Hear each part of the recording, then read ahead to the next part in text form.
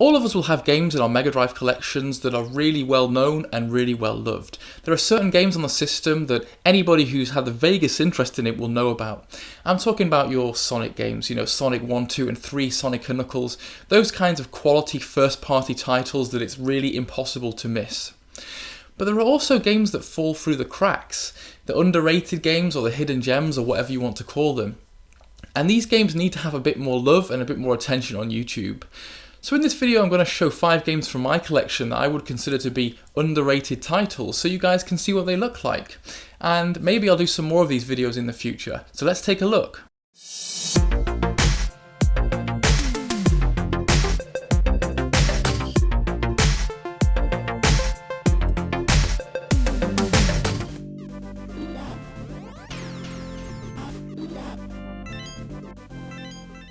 Alright then, the first game is Felios, or Felios, I'm not exactly certain on how to pronounce that. This is an absolutely fantastic and very underrated shmup on the system. People always seem to bang on about various shmups on the Sega Mega Drive, including games like Gainaug.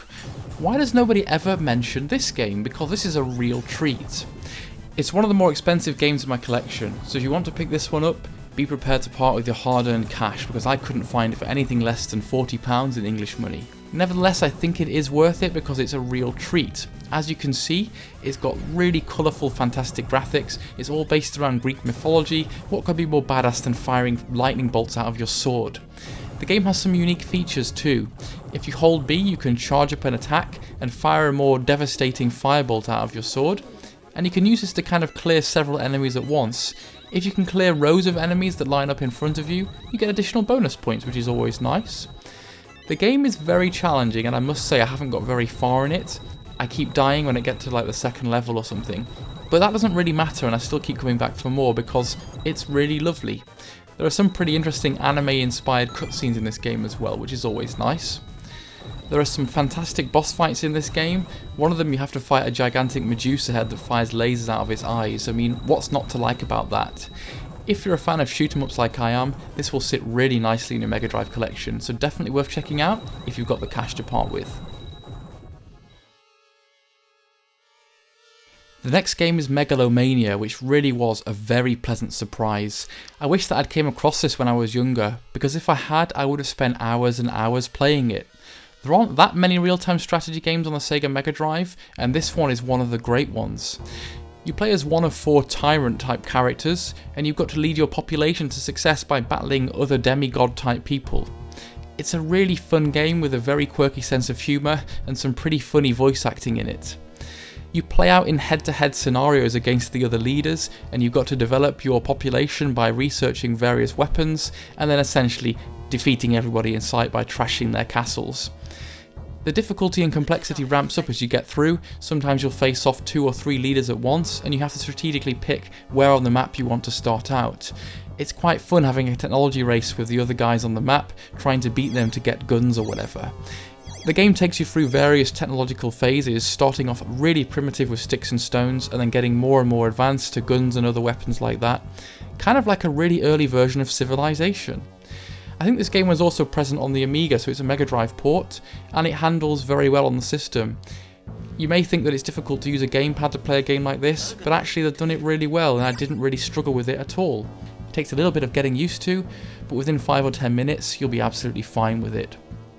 There are quite a few things to weigh up in this game, because for each campaign you have to decide how many of your precious humans to invest in the campaign. Too few and you may get trounced too easily, but too many and then you're leaving yourself much more thin on the ground for the next scenario. So there's a lot of balancing factors in there which make it kind of tense, but also kind of challenging and very fun.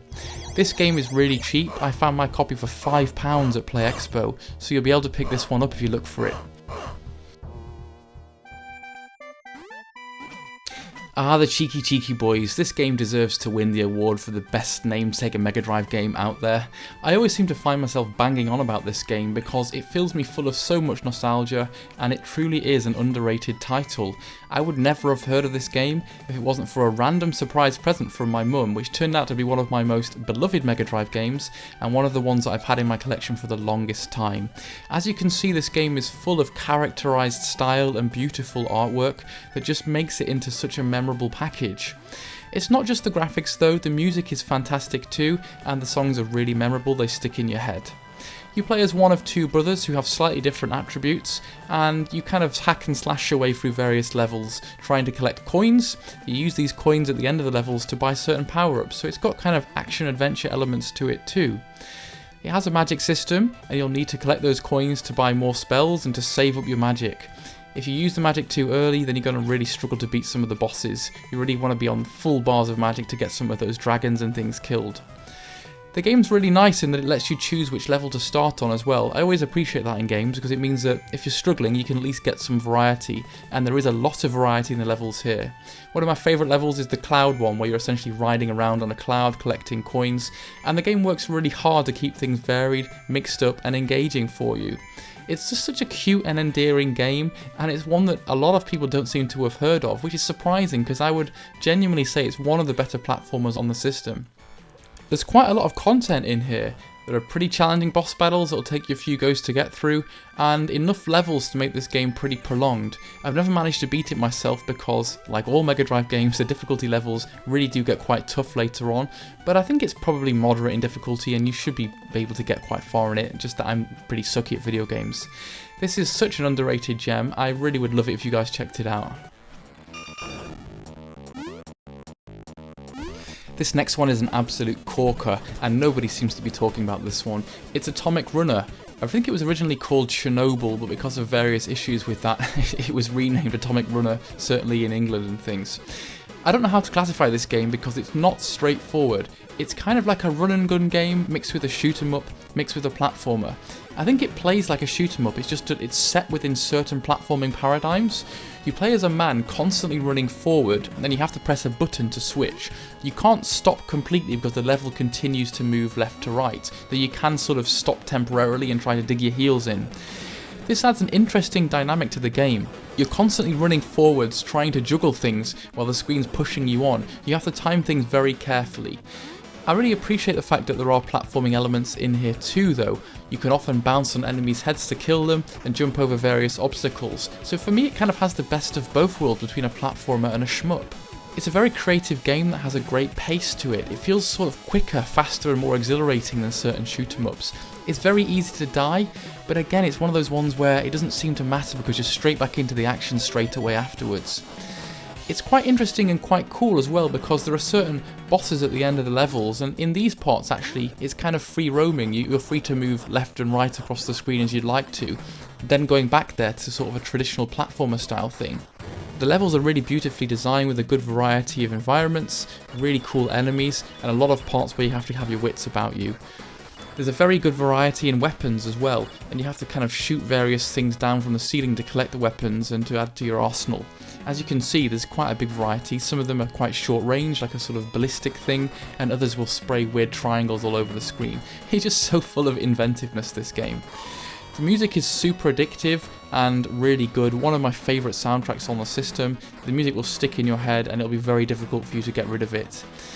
Again, it's a very challenging game. I think it's really well balanced. With enough practice you'll be able to beat it, but I certainly have never managed it.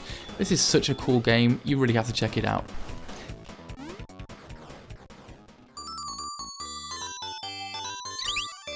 Last but not least is a title that I've been really struggling to put down lately. This is a super addictive game. It's Flicky, and you guys might be familiar with the character because he's appeared in some other Sonic games, I think in Flicky's Island.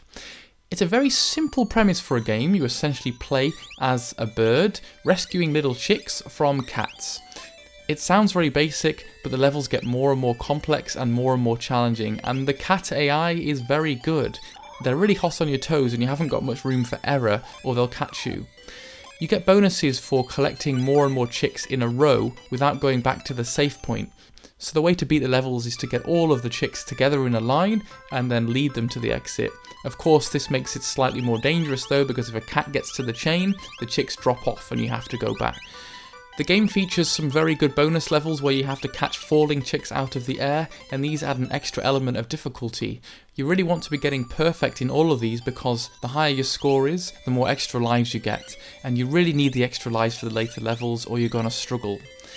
The difficulty of this game is a little bit too high for my liking, There are a very large number of levels, but once you start to get past the halfway point, the levels get very, very hard. You start to get more confident with the way that the cats move though, and once you kind of see how they behave, you can get one over on them by jumping over them in tight corridors and things like that. A big element of this game is memorising the levels and memorising exactly where the cats go. With more and more attempts, you'll find yourself getting more confident like I have. It's that challenge that makes this game so addictive. You kind of just want to go a little bit further, just push yourself that little bit more, get more extra lives and maybe get 1 or 2 levels further into the game than you did beforehand. I've still not beat this one. I am going to beat it. I keep practicing it and I'm not going to let this one get out of my grasp. This is such an addictive, challenging and at times frustrating game. It's not very cheap either. I think I had to pay £15 to £20 for this one, but I would say it's definitely worth it because it's just so addictive.